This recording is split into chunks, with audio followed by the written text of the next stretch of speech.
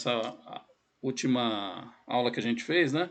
Último estudo, um sonho que Pedro teve a respeito das coisas impuras, né? Que seria o evangelho para as outras pessoas, além dos judeus. Eu queria rapidamente ler aqui a passagem, só para a gente contextualizar, né? Como Deus foi abrindo o leque e Deus queria então atingir o mundo inteiro, saindo dos judeus que eram ali exclusivistas, né?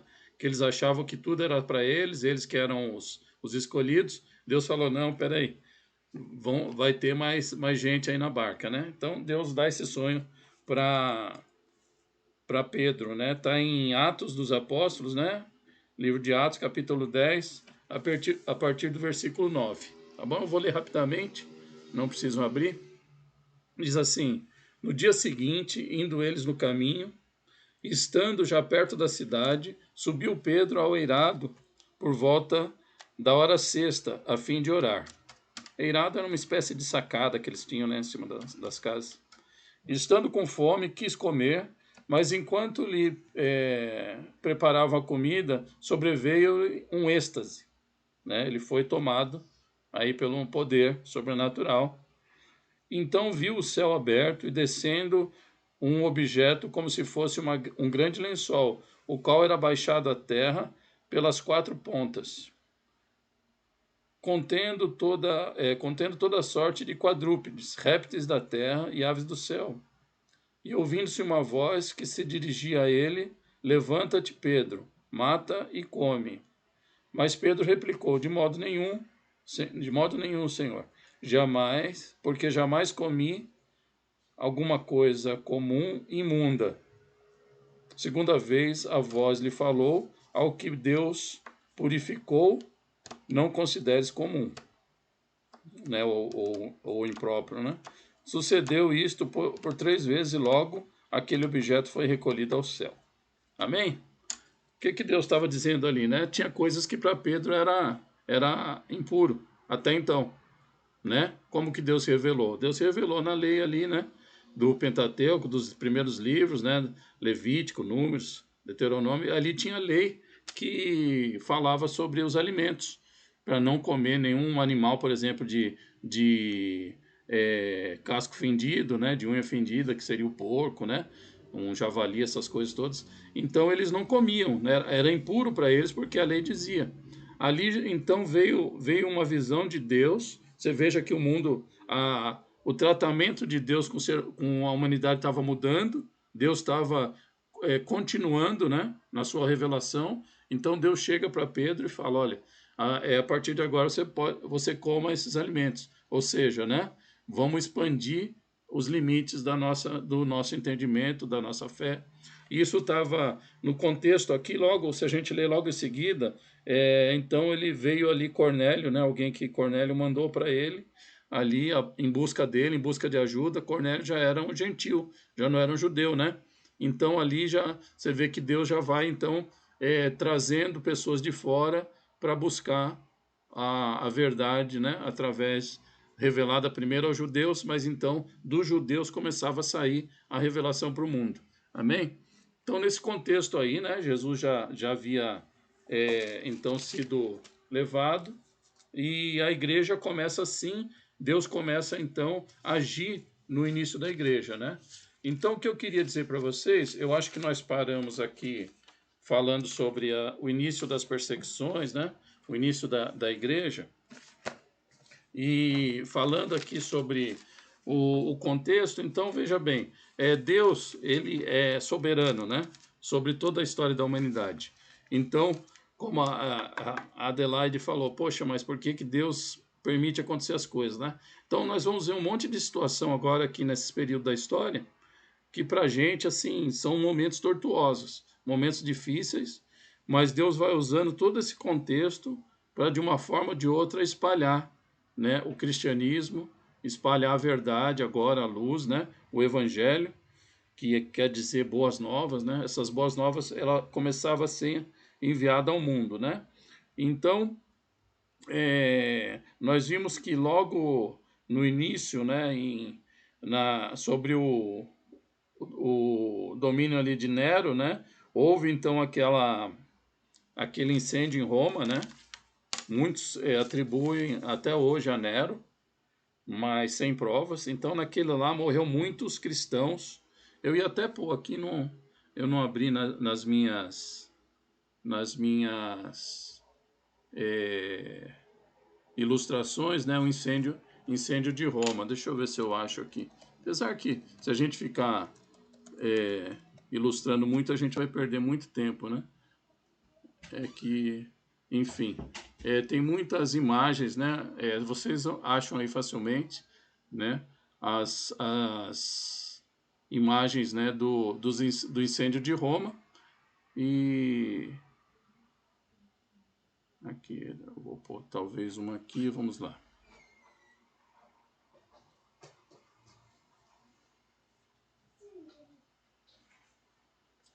Deixa eu achar aqui, quando mexe com a tecnologia já viu, né? Já dá uma olhada. Mas aqui, vamos lá. Então aqui tá pequenininho, mas vocês têm aí vocês têm na internet bastante imagem.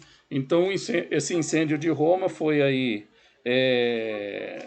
talvez causado por Nero, mas foi muito propício, porque ele queria mudar alguma arquitetura, modernizar a cidade. E quando ele viu que os bairros, né, que não foram atingidos foram os bairros cristãos, ele culpou os cristãos ali, né? Estrategicamente ele culpa os cristãos, e culpando os cristãos, então ele tem como é que eu diria? Ele tem ali um álibi perfeito, né? E ele começa a fazer grandes atrocidades. Morreram muitos cristãos nessa época, inclusive o apóstolo Pedro e Paulo, né? Os dois morreram nessa época. E ele põe, né? Conta aí os historiadores da época, né? Que ele realmente colocou à noite os cristãos ali em chamas para iluminar os seus os seus jardins, né? Você vê a atrocidade que situação chega ao ser humano, né? Então esse foi primeira grande perseguição, né? Dos cristãos sobre Nero, né? E depois de Nero, aqui a gente tem vários imperadores que a gente pode enumerar aqui. Deixa eu ver aqui. Eu tinha feito um aqui. Então estamos aqui, ó. Vocês estão conseguindo ver a minha tela? Vocês estão conseguindo enxergar? Amém? Acho que sim, né? Aberto aí, beleza. Só para ilustrar, então, aqui tem alguns. Aqui tem Nero, né? Aqui, ó, de 54 a 68, seu reinado, ok? Então tem algumas informações sobre ele. Então, depois de Nero, aqui o que vai interessar para nós aqui, nós vamos tocar rapidamente sobre Domiciano, né? Esse Tito aqui, ó, antes do Domiciano, vamos falar do Tito só rapidamente. Esse Tito foi que em 70, antes de se tornar imperador, ele invade ali Roma, ele destrói, Jerusalém, né? É a primeira destruição ali do templo, né? O general ali que executa, né, que está ali à frente do exército romano é Tito. Depois ele vem a ser imperador, né? Em 79 aqui ele vira imperador, ok? Aí o outro que nós vamos tocar aqui é esse Domiciano. Domiciano, né, de 81 a 96. Ele faz aquela perseguição que eu acho que nós conversamos também. Ele chega naquela perseguição que ele quer ali uma certa adoração, né? A sua sabedoria, né? A sua magnitude, e ele começa a exigir que os seus súditos ali o adorassem, né? Os cristãos, naturalmente, eles dizem não, né? E aí começa uma grande perseguição, e quem se dobrava, né, ao poder ali romano na época recebia um certificado, né, dizendo que adorou ao imperador. E esse certificado ele garantia que as pessoas pudessem ali ficar livres de perseguição, né, garantia alguns direitos, né. Se a gente agora olhar para a nossa vida agora, né, para a vida contemporânea, né, E a partir de agora, já tem sido assim, nós temos recebido muitos convites aí, né? Para nos desviarmos de Deus e termos uma vida mais tranquila. Não dizermos que somos cristãos, então as pessoas não vão assim nos contrariar, né? Não vão nos questionar. Então é muito mais fácil você negar, né, Jesus ainda hoje. E naquela época a pena era de morte, né? Então era muito mais difícil ser cristão, né? Foi desenvolvendo então com as dificuldades, com toda a dureza do momento, né?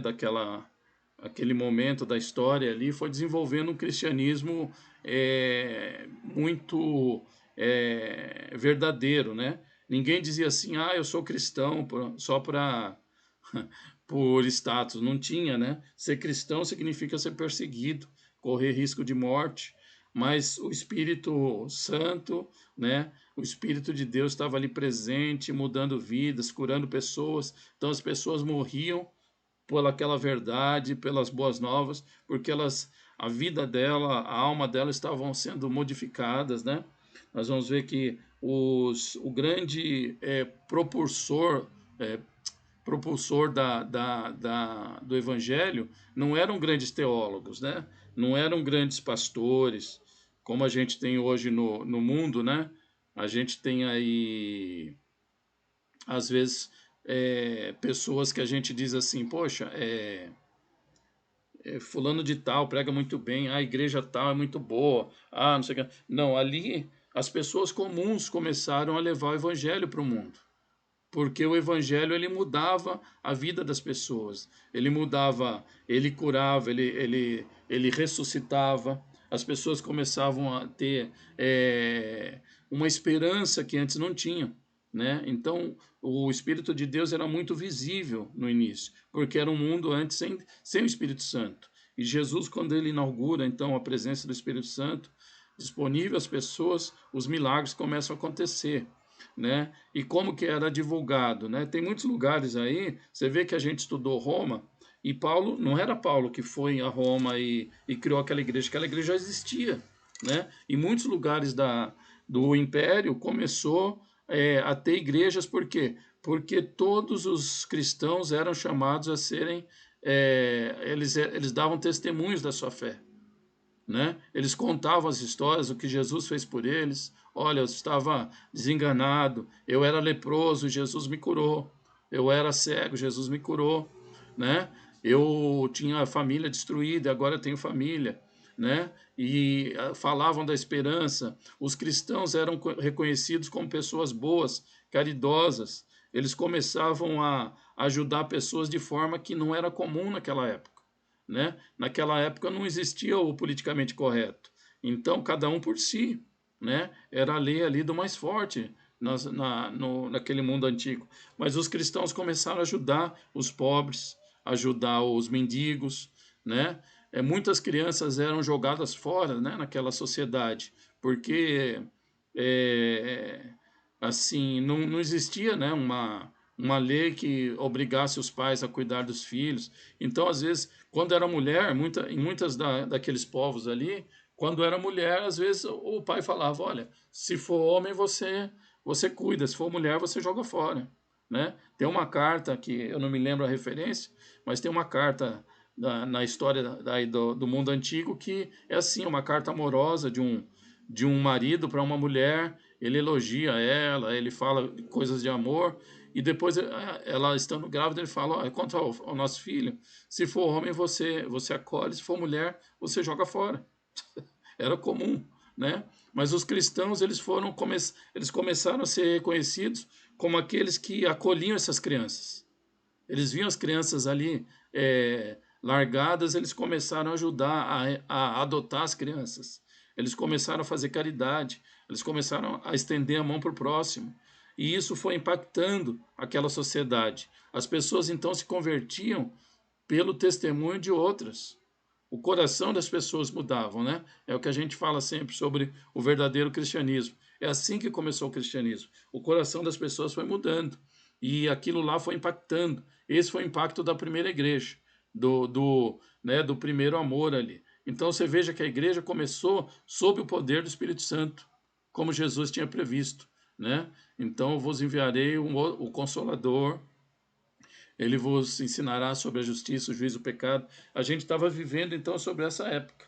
Agora isso incomodava quem? Incomodava os poderosos.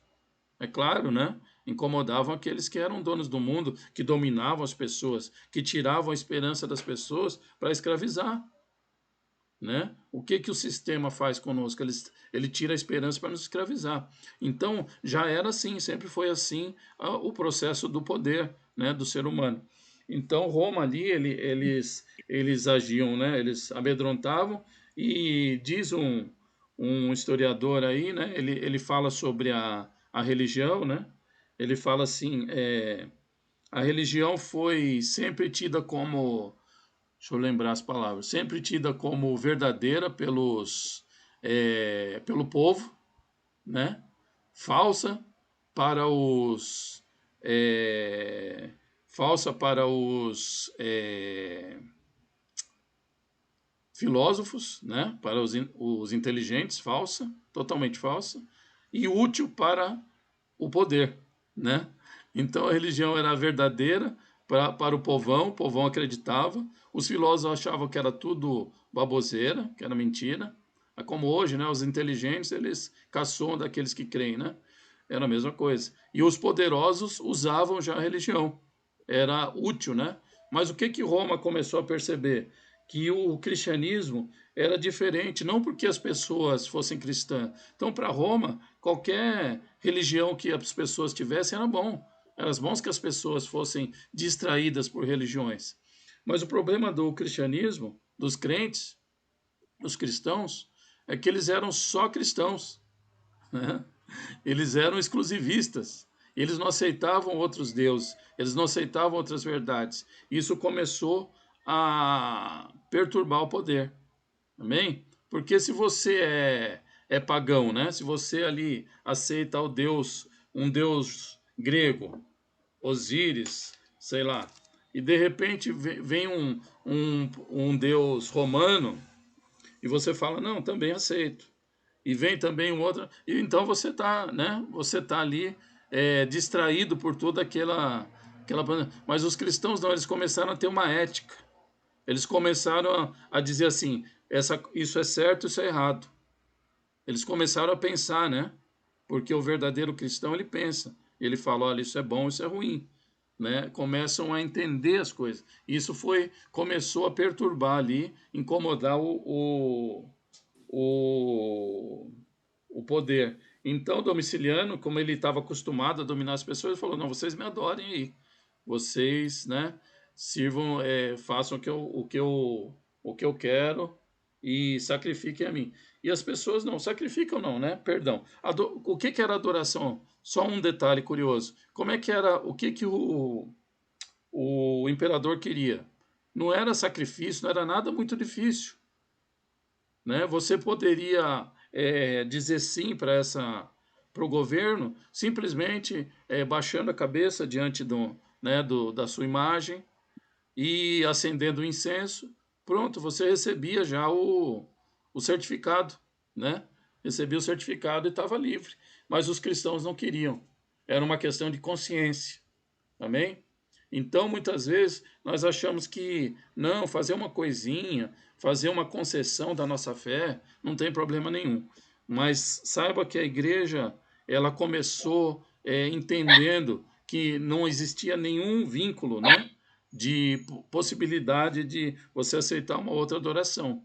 Por isso os cristãos morriam, porque eles não queriam acender um incensozinho e baixar a cabeça. Amém? Interessante, né? Muito, muito útil para nós hoje em dia.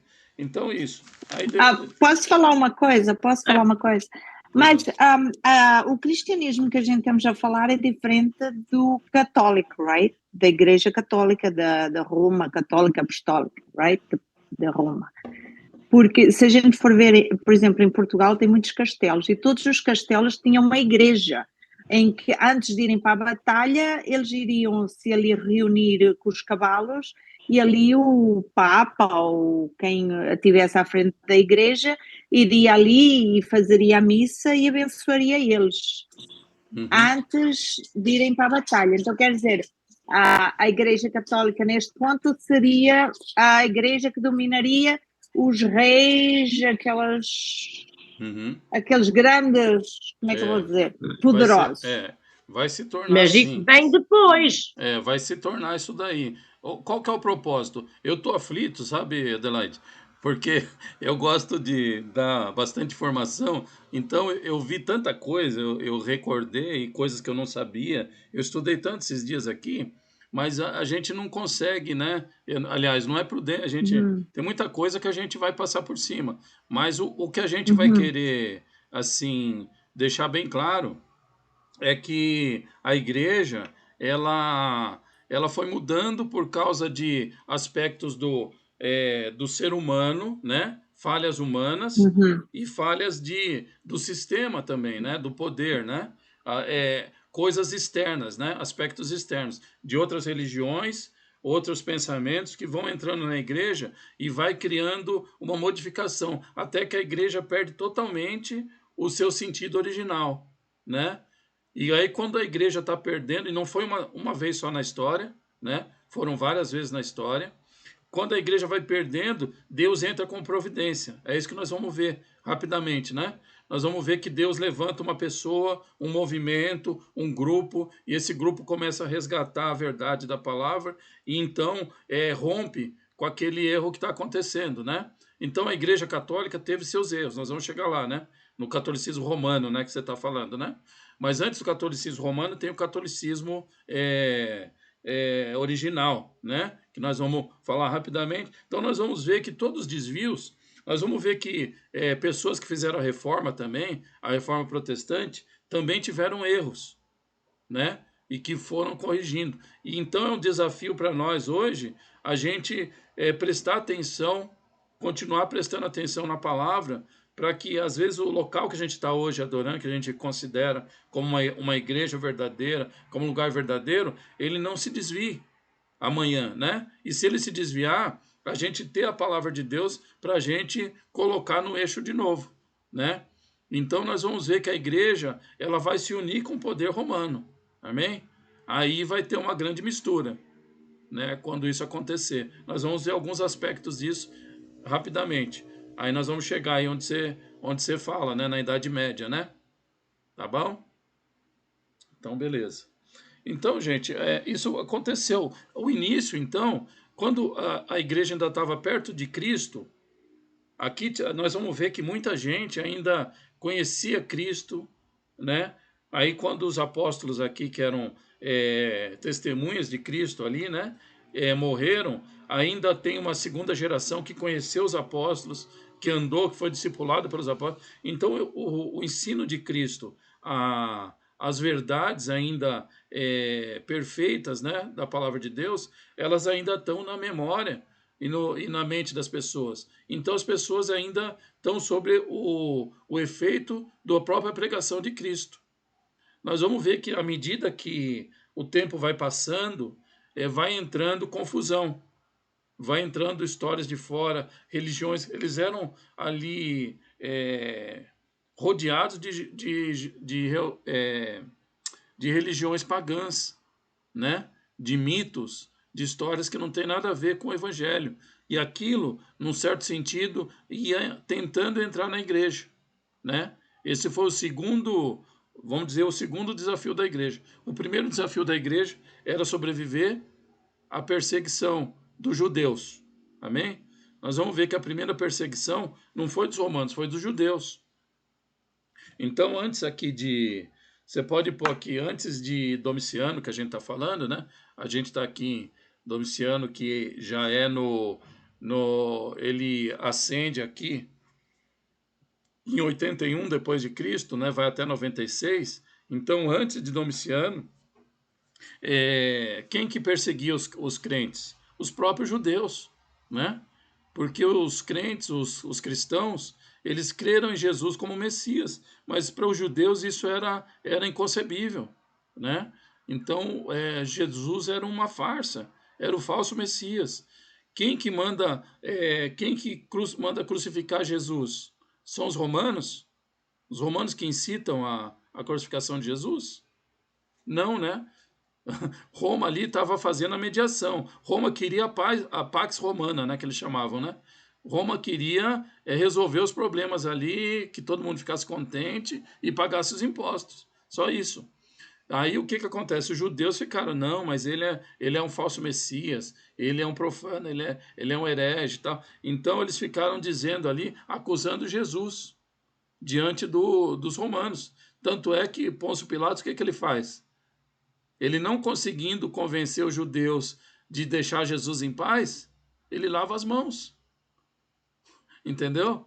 Ele era o poder romano, mas ele diz assim, poxa, né, esse homem não fez nada de crime real. O único crime dele é a acusação religiosa que vocês estão fazendo, né? Então, vamos dizer, vamos soltar Jesus e vamos ficar com Barrabás. Barrabás é um guerrilheiro, né?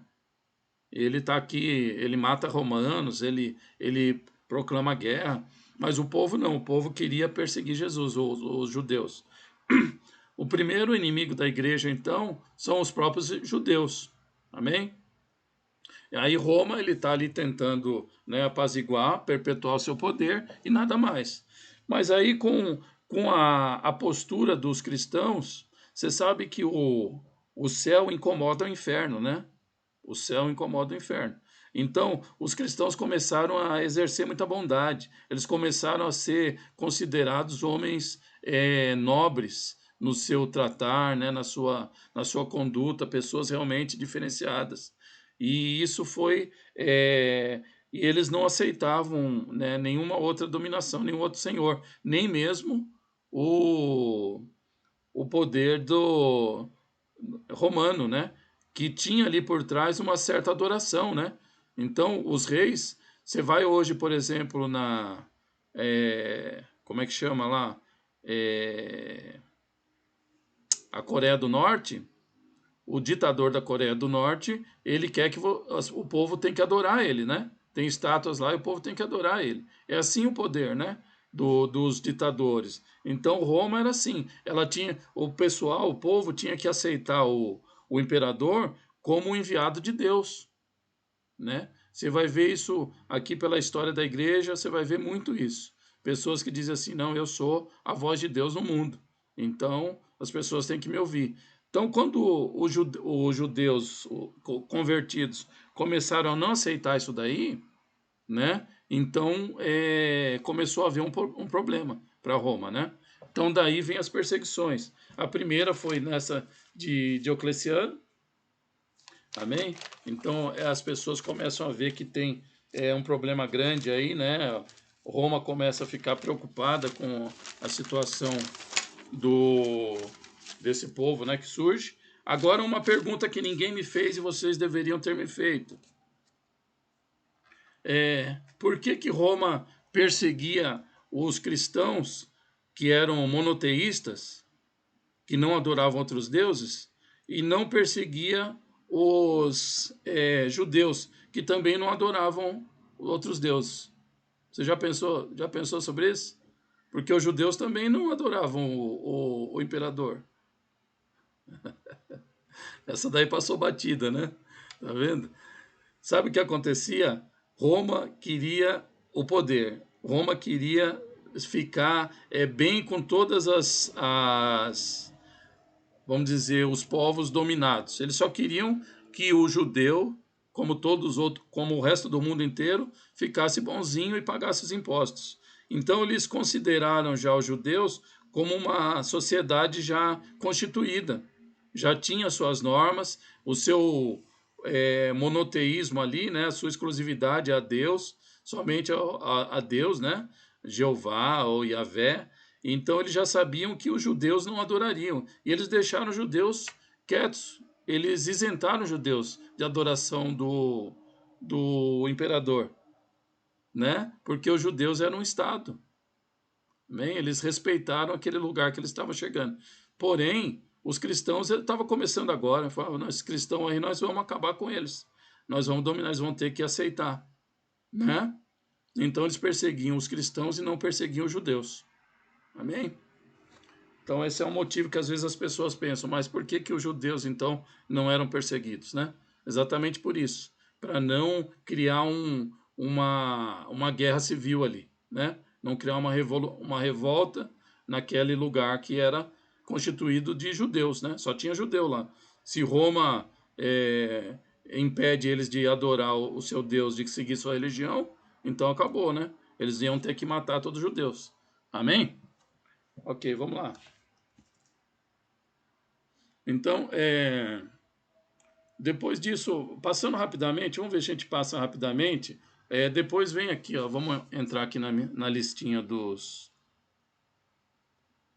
Vamos falar um pouco, terminar aqui sobre os imperadores, né? Aí aqui, ó, depois desse, o que vai interessar pra gente é esse aqui, ó, Trajano, tá? Trajano de 98 a 117. Por que Trajano? Então, ficou uma perseguição assim mais direta aos cristãos até Trajano. Mas Trajano tinha um pensamento diferente. Ele falou assim, olha, por que a gente vai ficar gastando dinheiro, soldado, né, tempo, energia para perseguir os cristãos, né? Não tem motivo. Então faz o seguinte, deixa eles em paz, né? Ninguém vai sair aí procurando cristão por aí e deixa eles em paz. Vocês só perseguem eles, só vão perseguir, pegar os cristãos, né? Matar cristão, fazer as coisas, se alguém denunciar. Amém? Alguém denunciar. Então ficou assim, a partir de Trajano, então, nessa época, quando alguém ia ali, chegava e dizia assim, poxa, meu vizinho não adora o imperador, meu vizinho não sei o que lá, meu vizinho fica pregando nas praças e perturbando a comunidade aí, fica falando de Jesus. Aí ele era levado então à justiça, né?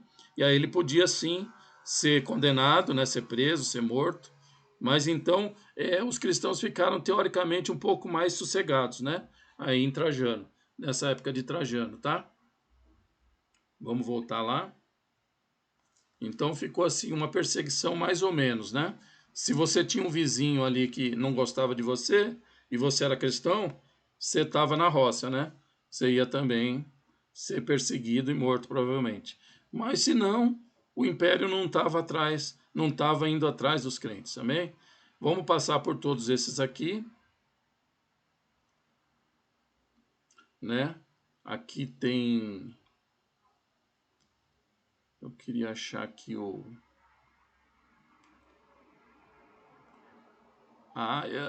Severo Sétimo.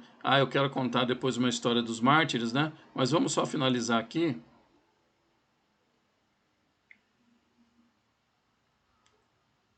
A Décio, amém? Vamos falar um pouquinho de Décio para a gente terminar aqui com as coisas. Décio aqui, ó, 249 a 251. Em Décio, então, começou. Décio, ele queria acabar com os cristãos. É outro, então, que chegou com raiva, né? Chegou querendo acabar com os cristãos. Então, sob Décio, então, houve muita perseguição, né? A perseguição voltou, né, ativa, vamos dizer, né, não passiva, mas a perseguição ativa voltou e ele começou então a perseguir a igreja, né, e fazer assim, houveram muitos mártires, muitos mortos, né, até até Constantino, amém? Rapidamente, então nós falamos sobre essa parte aqui. Qual o fenômeno que eu quero falar para vocês que aconteceu também aqui? Então as pessoas elas tinham que ser crentes de verdade. E começou a acontecer de pessoas então que não negavam a Cristo. E muitas delas foram conhecidas como os mártires, né? Que a história chegou até nós, né? Como mártires, pessoas que ficaram ali, vamos dizer, até o final, né? Com Cristo, né? Então, sobre os mártires, eu queria, deixa eu ver se eu acho aqui. Eu tinha anotado. É que eu fiz dois. Quando eu faço isso, eu me atrapalho tudo. Eu ponho em dois cadernos, aí bagunça tudo, né? Deixa eu ver se eu acho aqui a parte dos mártires.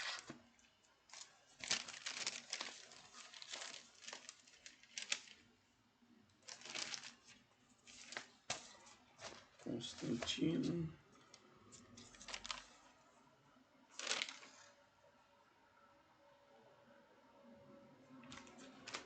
Amém? Bom, não achei. Bom, vou rapidamente aqui falar de cabeça. Então chega para a história da igreja alguns mártires que foram ali. Impressionante, eu não sei onde pus. Eu vou pôr aqui uma figura e vou falar de uma pessoa. Aqui, ó. Vamos lá. Essa aqui é a figura de Perpétua, né? Perpétua e Felicidade foi no ano de 203. Elas morreram por quê? Elas morreram porque elas foram presas. Foram 5 catecúmenos, né? Vocês sabem o que é um catecúmeno? Né? O que era, o que é? Catecúmeno é uma pessoa que está sendo preparada para ser batizada, né? E ela ainda não foi batizada. Por quê? Porque ela está ainda recebendo instrução. Ela está aprendendo, né, ainda os princípios. E uma coisa que foi acontecendo, né, outro fenômeno que foi acontecendo no começo da igreja, é que o batismo era muito levado a sério, né? Era muito levado a sério. Então as pessoas ficavam ali, às vezes meses, às vezes anos, né, aprendendo, dando testemunho. O mestre, a pessoa que estava ensinando eles a tudo, eles eram assim, eles eram rígidos, né, para saber se a pessoa poderia ser realmente batizada, né? Então foram presos ali 5 catecúmenos, né? Isso foi numa região se não me engano, foi no norte da Arábia ali, né? Da África, né? Nós vamos ver que o norte da África tem muitas histórias. A igreja começou muito forte ali no norte da África, né? E o que que acontece? Essa Perpétua, ela tinha uma serva, né? Uma escrava, né? Que chamava Felicidade. E as duas tinham se convertido ao cristianismo e elas foram ali presas para negar a sua fé. E aconteceu, né? O imperador era Sétimo Severo, né? Nessa época. E aconteceu que elas não negaram, né?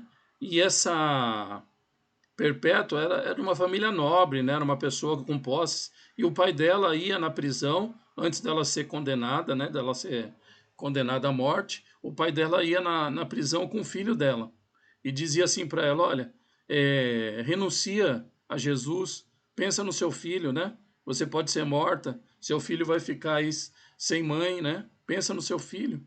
E o pai dela insistia, né? Para que ela negasse. Aí ela mostra ali uma jarra de água, ela fala assim: pai, você está vendo essa jarra de água? Ela fala: então, eu estou vendo. Essa jarra de água, ela pode querer ser alguma coisa além do que ser uma jarra de água? O pai dela fala: não, não pode. Fala: então, eu também, eu sou uma cristã. Eu não posso ser nada além de ser uma cristã. E ela segue até o final, é condenada, né? E ali os homens são condenados ali aos animais ferozes, javali, tudo. Eles vão ali para arena, né? E são ali mortos por animais. E ela e Felicidade. Aí a Felicidade também tem um testemunho bonito, que ela estava grávida, né? E pela lei, o império não podia matar, condenar ninguém grávida, né? Só que ela tem um filho prematuro, né? E a Felicidade, como dizem, né? A Felicidade ficou feliz, né? Ela ficou feliz porque ela teve o filho antes. E ela pôde dar aquele filho para alguém cuidar e ela pôde ser morta junto. Ela queria ser sacrificada porque ela queria dizer que ela queria ser uma mártir de Cristo. Então ela morre ali junto com Perpétua, né, sua ama, sua senhora ali, e morrem as duas ali em testemunho de Cristo, né? Então nessa época começou a acontecer um fenômeno muito estranho, né? das pessoas quererem morrer, quererem ser sacrificadas, porque elas achavam que era uma grande honra morrer por amor da fé, né?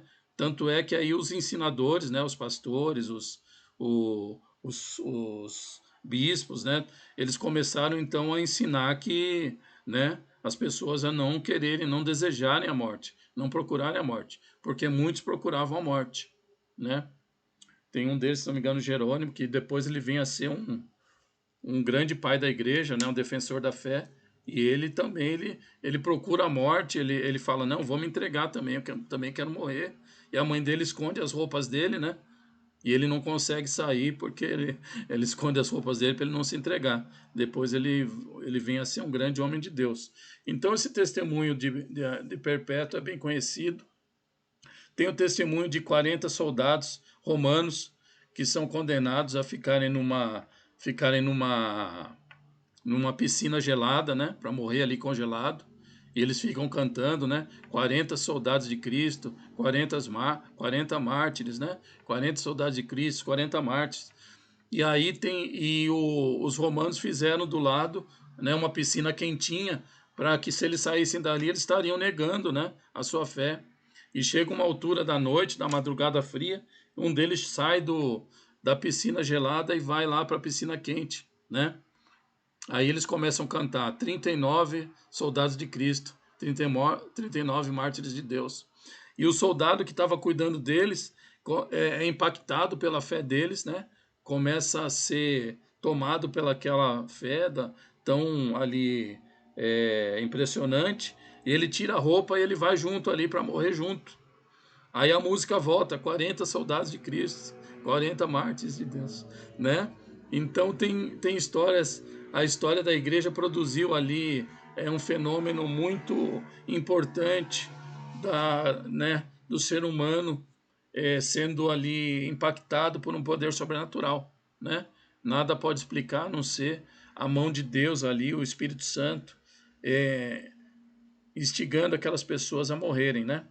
E assim foram muitos pais da igreja chamados também mortos, né?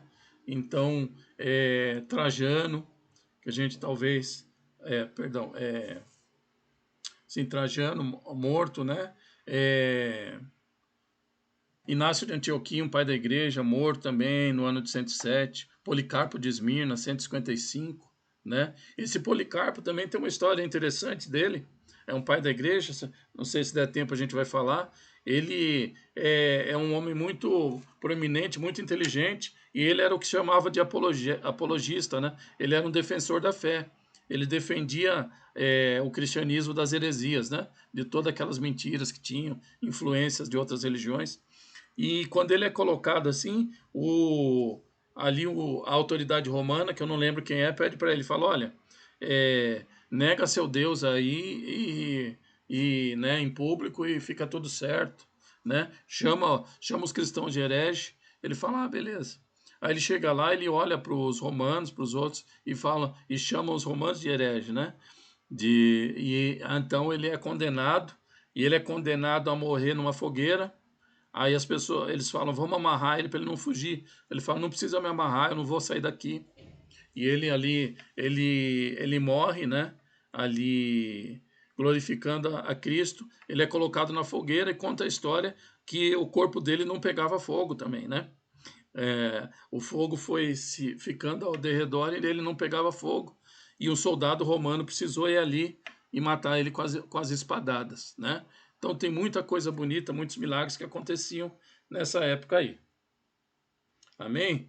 Então, sobre o início da igreja, os aspectos aqui eram esses. Eu só tenho a falar agora de algumas heresias, né?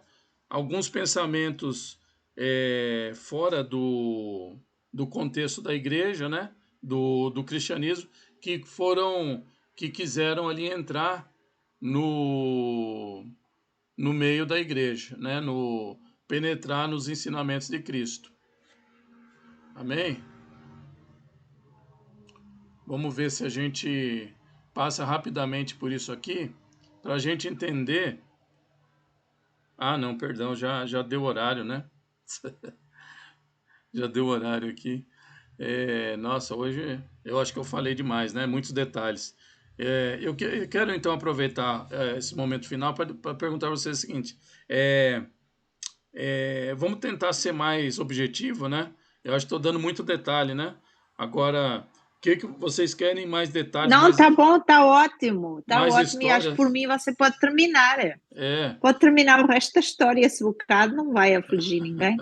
Ah, tá Que bom. Então, não... eu quero que não fique maçante para vocês, porque, assim, como eu gosto, né, muito do assunto, da historinha, eu acabo falando, dando muitos detalhes, mas a gente acaba ficando Uhum, mais semanas em cima disso, né?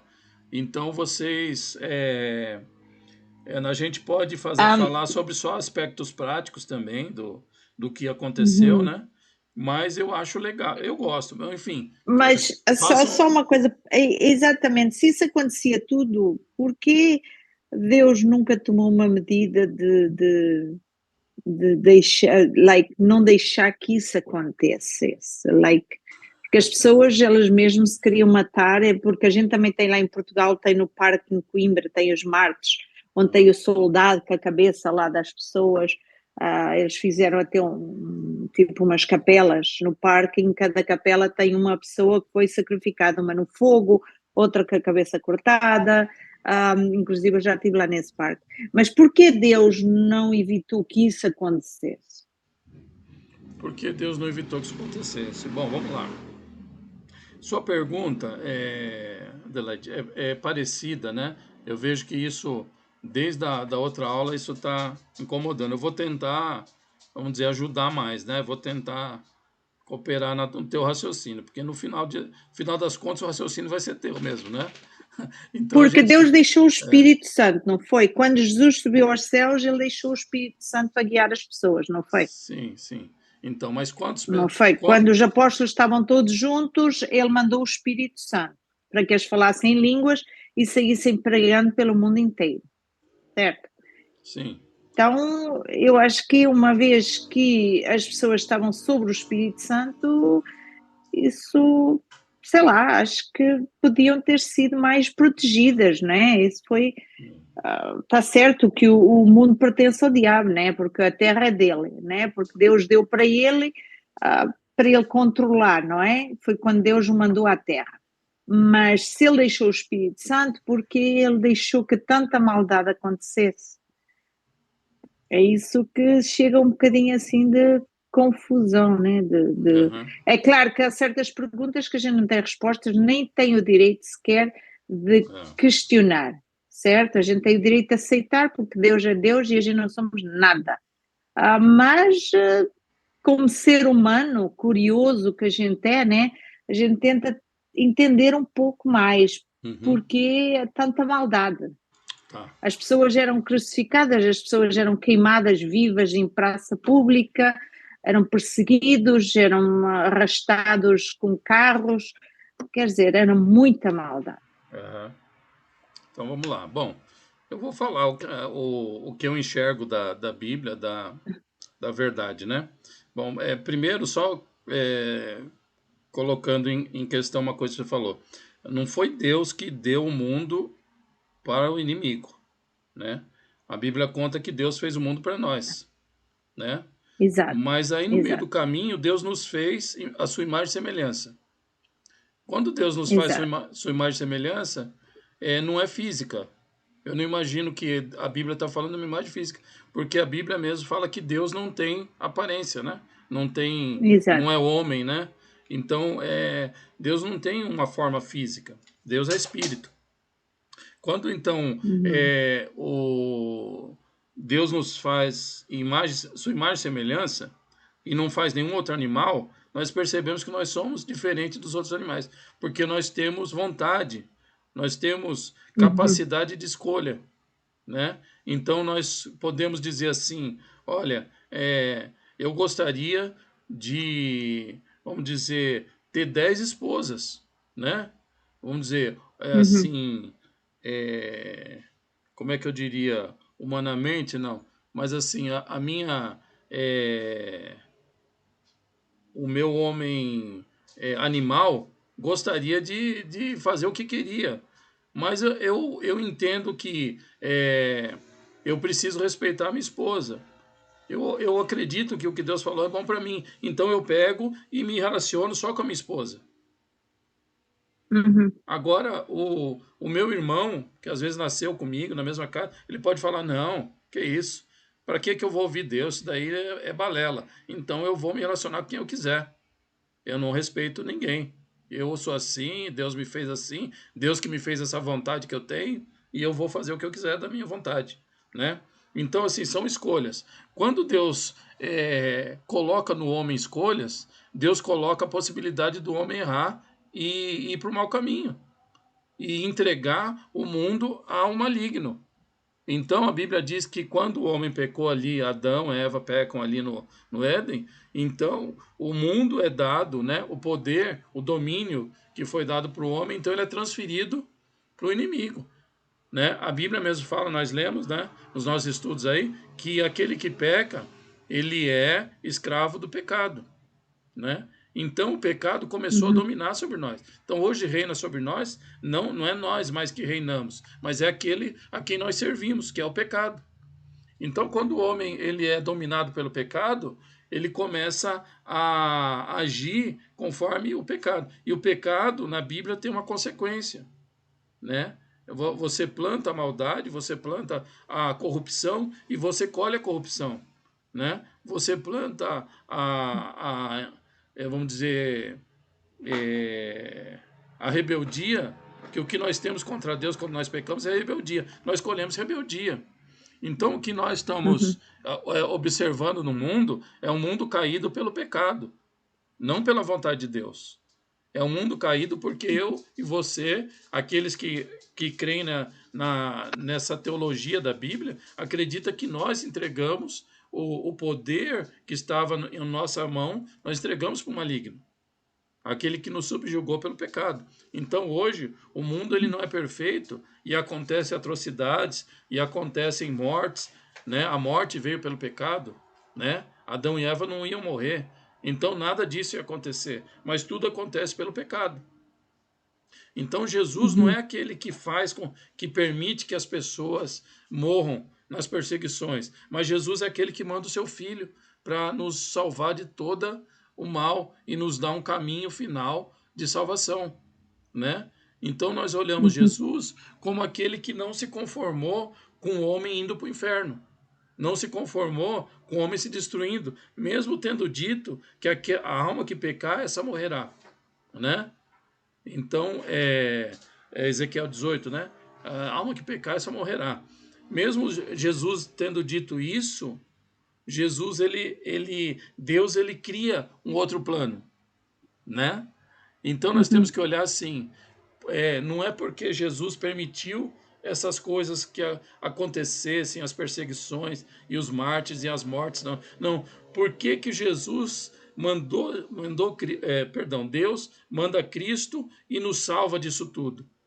Porque as pessoas começaram a perceber, aqueles que começaram a entrar no mistério de Deus, eles começaram a querer morrer logo. Você vai ver personagens aqui dessa história que eles estão querendo morrer rapidamente para eles entrarem logo no descanso, no paraíso, num lugar onde não tem mais dor, não tem mais pecado, as pessoas não morrem, você não perde mais os parentes, você não fica doente, né? Você não envelhece. Então, as pessoas começaram a entender que tinha novamente esperança. Então, o Deus é o Deus da esperança, é o Deus que nos tira desse mundo caído, e não o Deus que perpetua aqui. Nós não temos esperança nesse Uhum. mundo, porque a Bíblia vem, né, e fala: o mundo jaz no maligno. Por quê? Porque nós entregamos o mundo, né? Agora Deus tem um plano, ele Uhum. fala: haverá novos céus e nova terra, né? Haverá então uma restauração do mundo, haverá o paraíso, onde Jesus vai vir buscar todos aqueles que o aceitaram, que o serviram, e vai constituir um mundo perfeito, entendeu, Dana? Então nós temos que aceitar que Uhum. esse nosso mundo, ele não vai, nessa esfera que a gente vive, não vai ficar bom, né? Não vai ficar perfeito, né? Jesus vai nos livrando. Então você vê Jesus livrando, Deus nos livrando ali em situações, mas chega uma hora que a morte chega, né? chega uma hora que a gente finaliza aqui. E quando a gente finaliza aqui, é um dia feliz para o cristão, porque vai começar a vida importante, vai começar a eternidade para ele, Espiritual. né? Então, assim, que nem Uhum, hoje, uhum. falar do tio Daline. É um senhor que teve uma vida, assim, muito tempo desarraigada, né? Viveu como queria, fez o que quis, vida boa, dinheiro, assim, aproveitou bastante a vida, né? Suas surgias, tudo. E chegou um tempo, então, que ele começou a ter a consequência daquilo tudo. Ele passou por cima de algumas pessoas, tudo.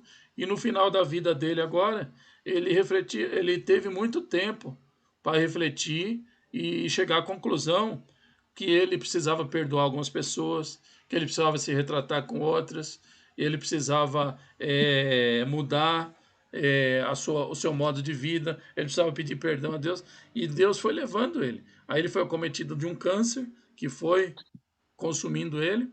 Aí semana passada, retrasada, a gente teve no hospital e eu fiz a oração com ele, a oração do perdão, para que ele fizesse paz com Deus, para que ele perdoasse quem ainda Deus queria que ele perdoasse, porque parecia que ele precisava perdoar, ele precisava se conectar realmente com Deus, né?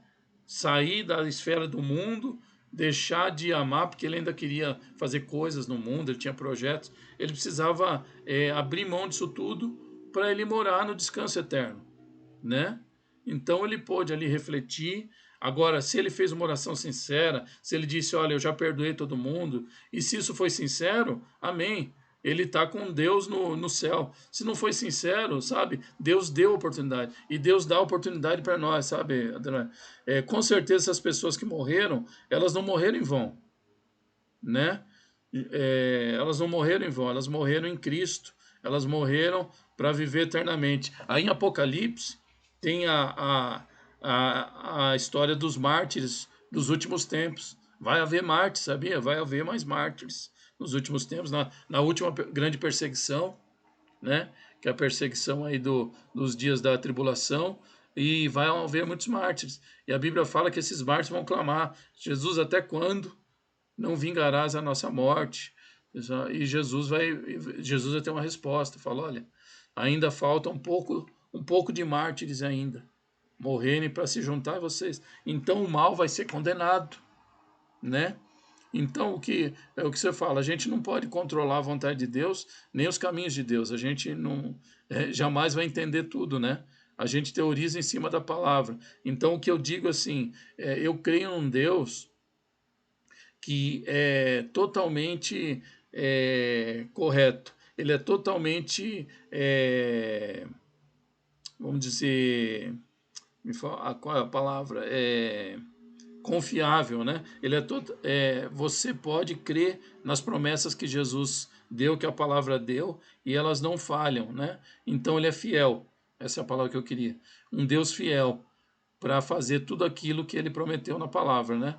E no final de tudo, todos aqueles que creem, aqueles que, a despeito de todas as dificuldades, confessarem o nome, Jesus fala, né? O que me confessar aqui na terra, eu também confessarei seu nome diante de Deus nos céus. Amém? Então essa é a nossa luta. Cada um de nós vai ter as batalhas aí, né? Para a gente negar Jesus, né? Numa situação ou outra, todos nós vamos ter oportunidade de negar Jesus, né? Numa festinha, no ambiente de trabalho, onde não é, onde Jesus é caçoado, ou nós vamos poder confirmar, não, eu creio em Jesus, eu creio no Salvador, e isso tudo vai fazer com que nós tenhamos um lugar bom. Todos os mártires, eles morreram felizes, eles morreram contentes, vendo a glória, né? Você pega lá Estevão, né? Primeiro na Bíblia, né?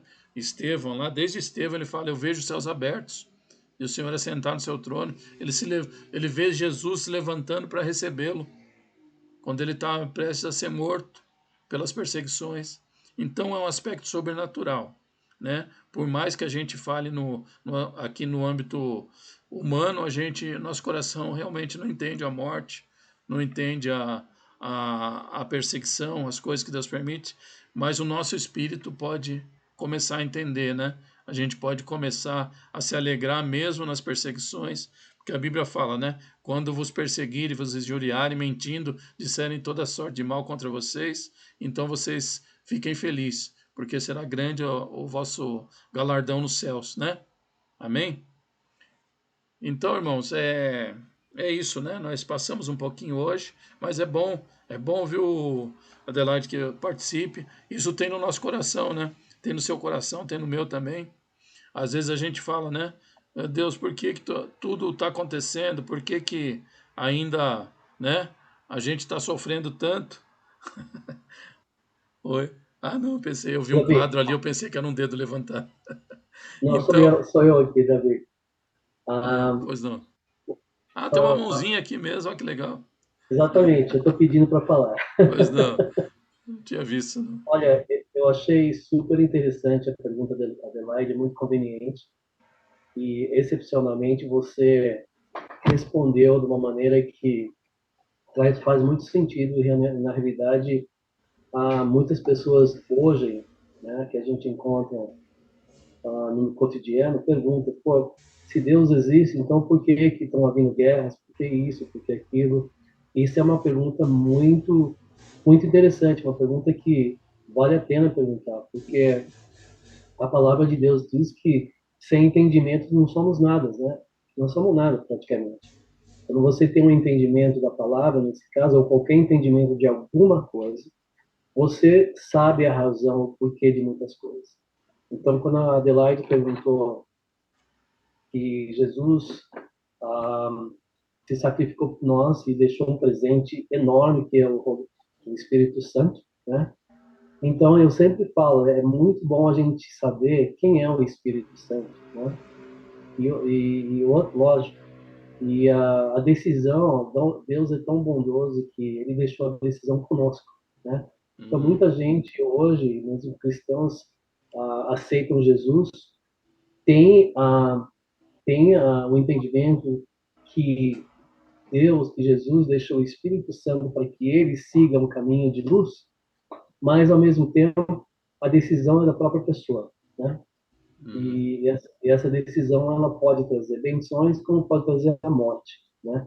Então, em geral, é justamente isso, a profundidade da palavra de Deus, é quando uma pessoa questiona, né, certas coisas, porque é interessante. Muita gente não compreende, e a gente só vem a compreender quando você começa a entender a vontade de Deus na vida de cada um de nós, né? Porque uhum, na realidade Ele ama todos nós igual, não existe diferença nenhuma, né? uhum, Só que infelizmente muitas pessoas se desviam do caminho de Deus, né?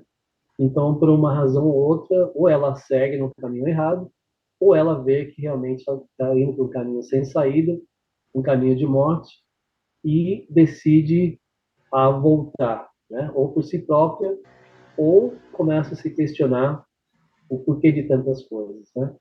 Então, eu acho assim muito pertinente a pergunta da Adelaide, muito boa. Eu acho que foi uma resposta excelente também. E eu só queria dar esses 2 centavos aí do meu entendimento, né? Então, porque eu acho que todos nós já fizemos essa pergunta. Porque ah, se Deus existe, se Ele deixou essa autoridade a nós, né? uhum, Por que disso, por que aquilo? Mas realmente a decisão é nossa, né? A decisão é nossa e Deus já tem escolhido cada um de nós de uma maneira ou outra no seu caminhar, né? Para uhum, estar próximo a Jesus e próximo à Terra Prometida, né? E uhum, aquela casa maravilhosa que Deus tem para gente, a decisão é nossa de errar, continuar errando, ou errar e se corrigir, né? E buscar a sabedoria de Deus. Então, eu acho que isso foi muito bom mesmo, amém. que nós falamos Ok, hoje, deu muito certo. pertinente. Amém. Obrigado aí. Amém, Amém. irmãos. Thank you, Jesus. Então é isso. Thank you, Lord. Vamos encerrar, né? Aí a Olivia acho que vai orar. Nós vamos ver, só falando, terminando realmente, nós vamos ver no aspecto a conversão real de Lutero e a conversão de Agostinho, né? Se não me engano, nós vamos ver o que o Espírito Santo faz com a nossa percepção, né? Então, eram homens religiosos ao extremo, mas eles ainda não tinham recebido esse poder sobrenatural, esse poder para morrer, né? Em nome de uma causa. E isso nós vamos ver claramente que Deus, nós precisamos ter esse poder, né? Para vencermos a morte. Paulo fala, todo dia nós somos entregues à morte por amor de Cristo. Amém? Então é um princípio sobrenatural. Nós vamos pensar mais sobre isso, falar mais sobre isso. Amém? Olívia, por favor.